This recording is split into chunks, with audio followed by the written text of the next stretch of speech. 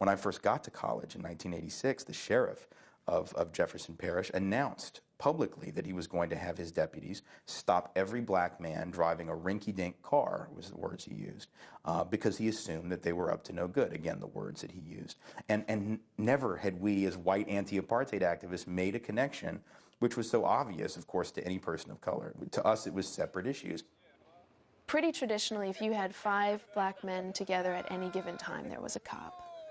The black fraternities, they would present their pledges. And I think it was within like 10 minutes of them just lining up, you know, walking in their row, showing up, cops were there.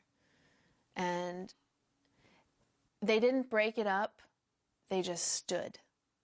I knew one black author, and that was Langston Hughes.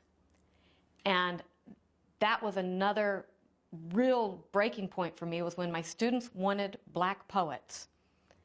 And here I am with a theater English degree, and I couldn't give them any. And then I started learning from them, because then we did For Colored Girls Who Considered Suicide When the Rainbow Is Enough, and we did Leroy Jones, and you know, we did Gwendolyn Brooks, and I kept thinking, why don't I know these people?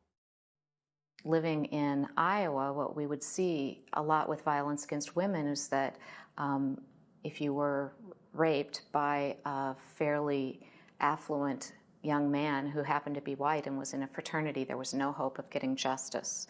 And yet we would see that prosecutions could go through so easily for people of color, for defendants of color, that they would go through and become convicted.